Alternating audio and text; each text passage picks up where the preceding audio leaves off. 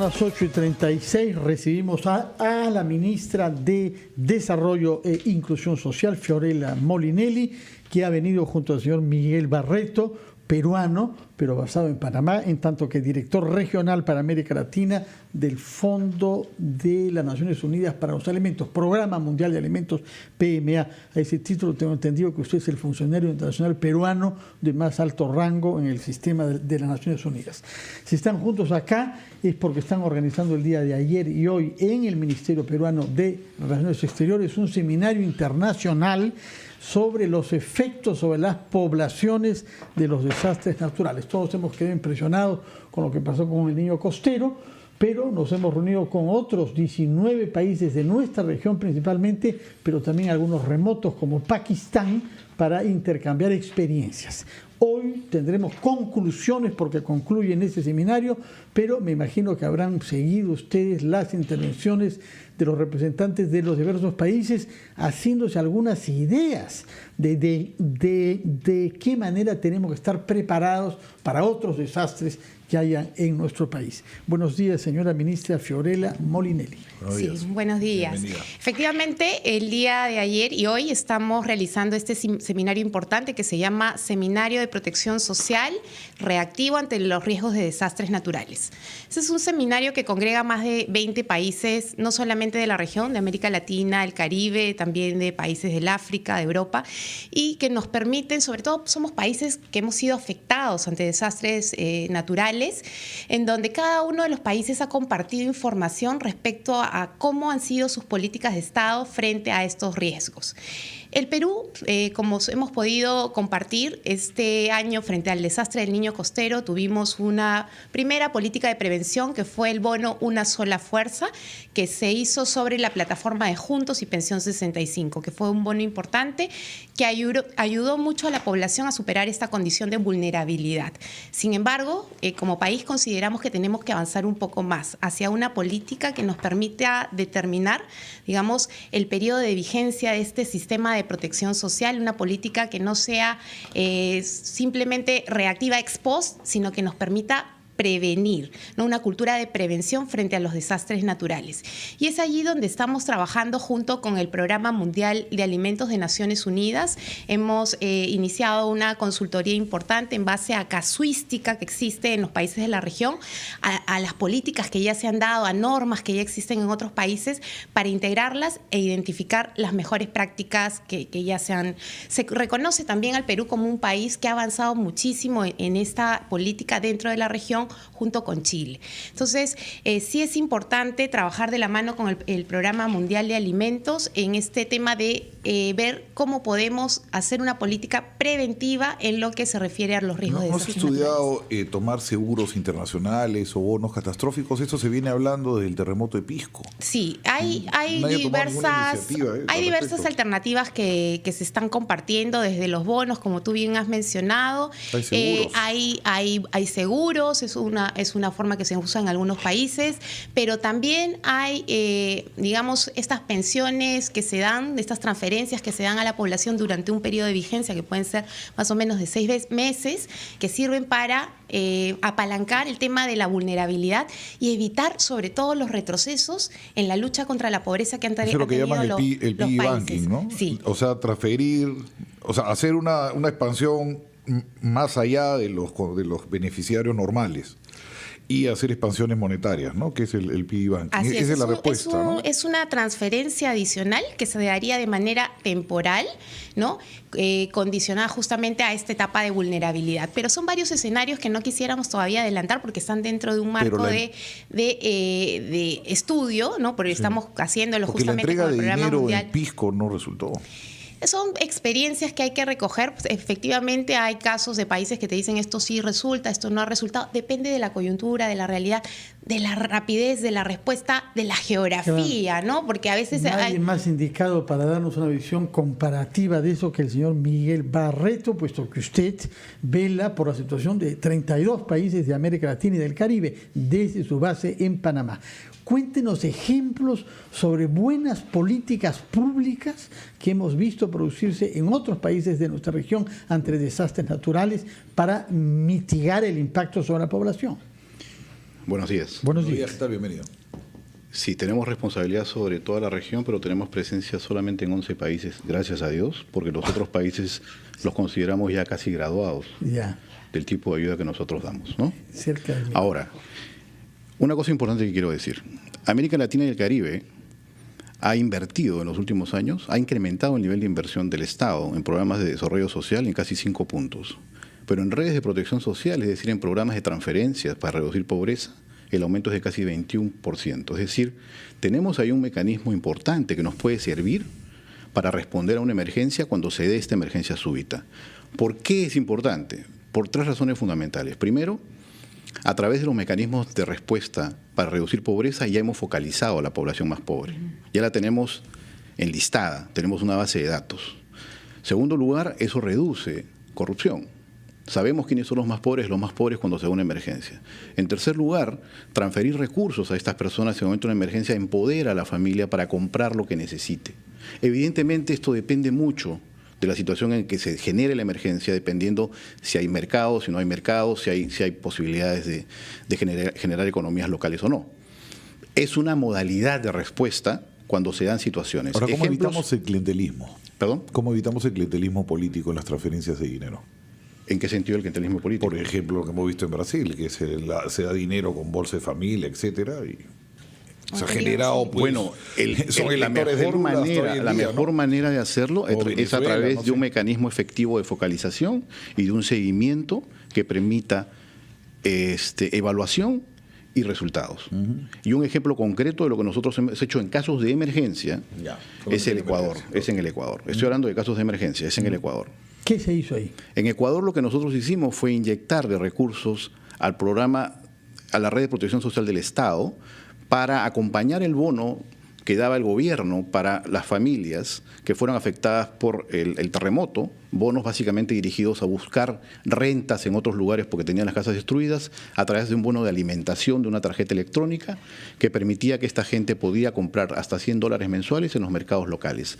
La importancia que tuvo fue de que el gobierno nos permitió a nosotros hacer el seguimiento para ver que efectivamente este recurso estaba siendo bien utilizado. Y en segundo lugar, la otra importancia que tuvo es que la idea es que fortalezcamos los sistemas nacionales porque se requiere fortalecer la capacidad del Estado para responder y no depender de la cooperación externa. Otro ejemplo concreto es el caso de Guatemala, donde básicamente las transferencias condicionadas de manera inusual están focalizadas en el área urbana, no en el área rural. Y en el área rural, a través de una sequía permanente de 4 años, lo que hemos buscado con ellos es que en vez de traer alimentos y distribuir alimentos donde probablemente el clientelismo político es mayor, lo hagamos a través de bases de datos establecidas, focalizadas de las poblaciones más vulnerables, a través de recursos de dinero para movilizar también el mercado local. Sí. Hay riesgos, por supuesto que hay riesgos. El tema es el manejo de riesgos y de qué manera el Estado está en capacidad de evaluar esos riesgos y sobre todo hacer seguimiento y eventualmente denunciar a los culpables. ¿Qué tiene usted como Programa Mundial de Alimentos cuando tiene que ver con países donde hay una autoridad central con relaciones difíciles con las autoridades locales? Depende mucho de la situación y las circunstancias. Nosotros manejamos 4 principios claves: neutralidad, imparcialidad. Si son 4, necesitamos tiempo. Sé que yo le rogaría que nos espere a hacer una pequeña pausa y vamos luego con estos 4 principios para que actúe bien las relaciones con los países, con su poder central y gobiernos locales. Primero la pausa.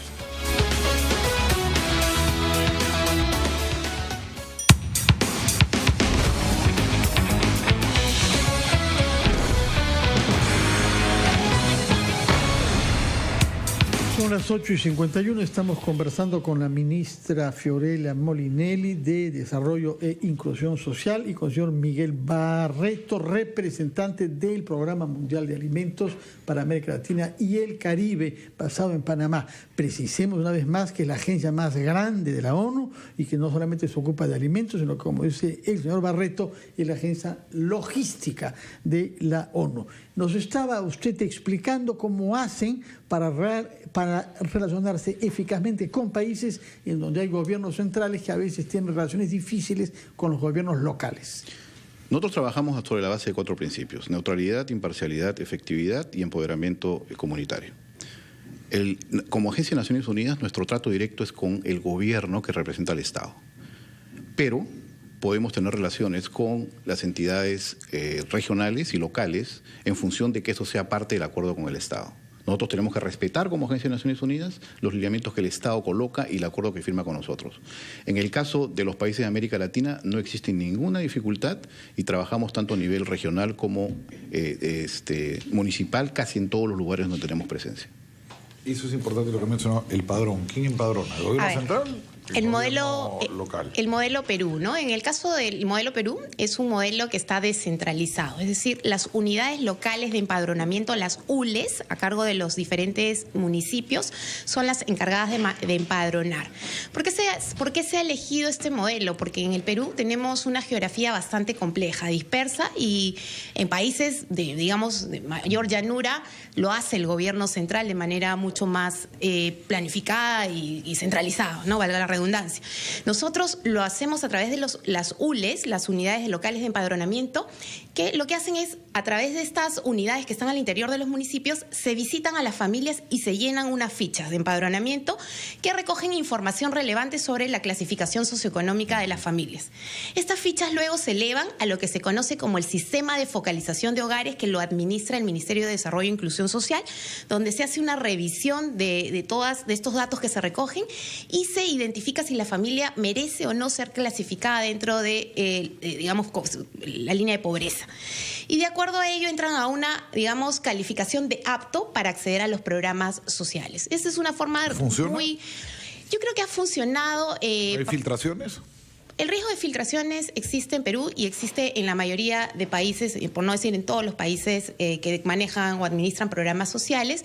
Sin embargo, esto se ha reducido muchísimo en los últimos tiempos. Hay un doble control que ayuda, pero lo que tenemos que trabajar, y es en lo que el MIDIS ha apostado, es en fortalecer las unidades locales de empadronamiento, fortalecerlas financieramente, ¿no? Y eso nos referimos a tener mayores personas dedicadas y más capacitadas a hacer un mejor empadronamiento de sus propias zonas. Entonces, ahí hemos traído en los últimos meses a alcaldes, traemos grupos grandes de alcaldes y los capacitamos respecto a cómo se debe hacer el recojo de información, cómo se debe empadronar correctamente, cómo se deben hacer los filtros, pero además el MIDIS cuenta con un sistema de supervisión y de esta información que es relevante para nosotros. O sea, tenemos un sistema de muestreo que nos ayuda a revisar toda esta información y justamente a reducir los problemas de filtraciones. Hemos encontrado algunos temas de fraude que siguen su proceso, pero también hemos puesto algunos candados y mejoras al manejo de información, cruce de base de datos, que es importantísimo en el país, y con eso hemos podido limpiar nuestra base de datos que administramos desde el Ministerio de Desarrollo e Inclusión Social. Hay un tema específico al cual creo que le dedica a usted mucha energía, que es el tema de la desnutrición y la anemia en particular. Tengo entendido que ha sido invitada a viajar a la Junta Ejecutiva del Programa Mundial de Alimentos a Roma dentro de 2 semanas, y nos tendrá que exponer las políticas que vienen implementándose en nuestro país. Explíquenos, por favor, qué es lo que espera usted de esta reunión con la Junta Ejecutiva del PMA en Roma. A ver, la Junta Ejecutiva del Programa Mundial de Alimentos de las Naciones Unidas es una junta que se hace a nivel mundial y que recoge a 36 países del mundo, en donde el Perú esta vez ha sido invitado como, un invitado especial para exponer su Programa Mundial de Alimentos para los próximos 5 años, 2018-2022. Esto pone al Perú en la vitrina de los países del mundo porque han identificado que Perú está comprometido y ha asumido un gran liderazgo en la región para afrontar un problema que es hoy crítico para muchos de los países del mundo, que es la lucha contra la anemia y la desnutrición crónica infantil. Perú ha tenido importantes resultados en los últimos años en la reducción de la desnutrición crónica infantil. Sin embargo, mientras que la anemia creo que más bien hasta ha aumentado la anemia un poco, ¿no? se redujo de 60 a 40% y en los últimos años ha aumentado. Es un tema muy sensible porque además hay que reconocer que no distingue niveles socioeconómicos, es un tema que afecta a todos. La malnutrición es un tema que no solamente ve el tema de la desnutrición crónica infantil, sino temas de anemia, sobrepeso y obesidad. Tenemos muchas caras de la malnutrición y en ese sentido es importante que Perú se comprometa como país. Hoy Perú está en los ojos del mundo y esta reunión es muy relevante y aquí Miguel me puede complementar, porque además de aprobarnos el plan, Perú va a poder levantar fondos importantes para poder viabilizar este plan que nos van a aprobar. Fondos extrapresupuestales. Extrapresupuestales de países que están dispuestos a financiar la estrategia Perú para la lucha con el hambre cero. Como donación. Miguel. Señor Barreto, cuéntenos esas buenas noticias, por favor, y díganos antes, ¿dónde es que ha visto usted programas de lucha contra la anemia que hayan funcionado rápidamente? Quiero empezar diciendo una cosa. El problema de la anemia no es un problema del Perú. Es un problema muy regional que está muy vinculado básicamente a lo que nosotros llamamos hambre oculta, que es la falta de micronutrientes en la dieta regular de la población. Básicamente hierro y folato. ¿Qué significa esto? Que a medida que la gente, y es un fenómeno paradójico, porque en América Latina hemos reducido la desnutrición crónica en casi 20 puntos en los últimos 30 años a través de diferentes programas a nivel de cada país, incluido el Perú. Pero ha subido la anemia, ha subido la obesidad y el sobrepeso. Claro, uno puede ver una persona gorda, anémica. Sí, absolutamente. Lo que ha ocurrido es que, de manera paradójica, repito, y no estoy diciendo que eso es malo o es bueno, es empírico, es una situación real, es una evidencia concreta, es que a medida que la gente gana más, come peor.